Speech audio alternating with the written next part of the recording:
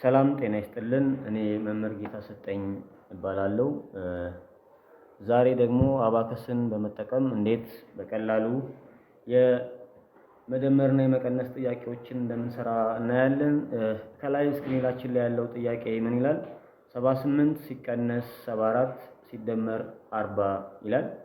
ስለዚህ እነዚህን ቁጥሮች በቅደም ተከተል በአግባቡ አባከሳችን ላይ በማስቀመጥ እንዴት ማስላት እንደምንችል እናያለን።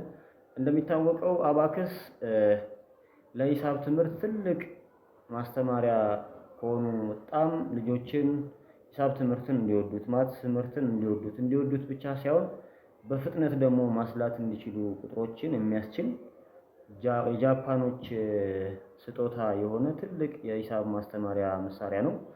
ስለዚህ ይህንን የምትከታተሉ ወይም የምታዳምጡ ካላችሁ ልጆቻችሁን ይህንን የአባከስ ሳይንስ በማስተማር ወር በማሰልጠን ለሂሳብ ትምህርት ያላቸውን ፍላጎት መጨመር እና ማሳደግ በዛውም ደግሞ ውጤታቸው የተሻለ እንዲሆን ማድረግ እንደሚቻል ማሳወቅ እፈልጋለሁ። ወደ ጥያቄያችን እንገባለን።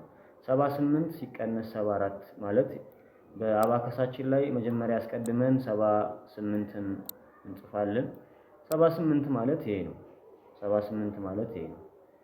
ከዚህ ላይ 74ን ነው የምቀንሰው። 74ን ነው የምቀንሰው። የ10 ቤት ላይ ይኸው 70 ቀነስኩኝ። እዚች ጋር ደግሞ 4ን መቀነስ አልችልም። እቺኛዋን የአንድ ቤታችንን 4 መቀነስ አልችልም ቀጥታ ማለት ነው። ስለዚህ አሟይ የሚባል ነገር አለ በአባከስ። የአራት ለመቀነስ የአራት አምስት አሟይ አንድ ስለሆነ እቺን 5 ቀንሼ ምን አደርጋለሁ? አንድ ጨምራለሁ ማለት ነው። ስለዚህ 78 ሲቀነስ 74 4 ይሆናል። እዚች ጋር እንደምታዩት በትክክል ስለተሰራ ራይት አድርጎታል። የምትቀረን ስሌት አለች ሲደመር 40። ስለዚህ አምጥቼ እዚች ጋር የ10 ቤት ላይ 40 ማለት እነዚህን አራት ጠጠሮች ማምጣት ነው። ይህንን ይመስላል። ይህን ያህል በጣም ቀላል ነው። ስለዚህ መልሳችን 44 ይሆናል ማለት ነው። ሁለተኛ ጥያቄ እስኪ እንስራ።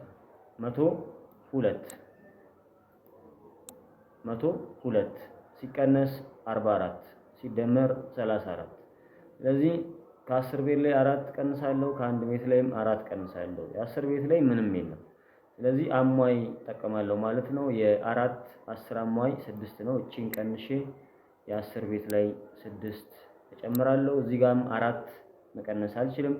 ስለዚህ የ4 አሁንም 10 አሟይ 6 ስለሆነ ከዚህ 10 ቀንሼ 6 እጨምራለሁ። ምን ቀረኝ አሁን? ሲደመር 34 እዚህ ጋር 4 መጨመር አልችልም። ስለዚህ 4 ለመጨመር የ4 10 አሟይ 6 ነው። 6 ቀንሼ 10 እጨምራለሁ። መልሳችን 92 ትክክለኛው መልሳችን ይሆናል ማለት ነው። ስለተከታተላችሁኝ አመሰግናለሁ። እኔ መምህር ጌታሰጠኝ መኩሪያ እባላለሁ ከስኬት አባከስ ማሰልጠኛ ተቋም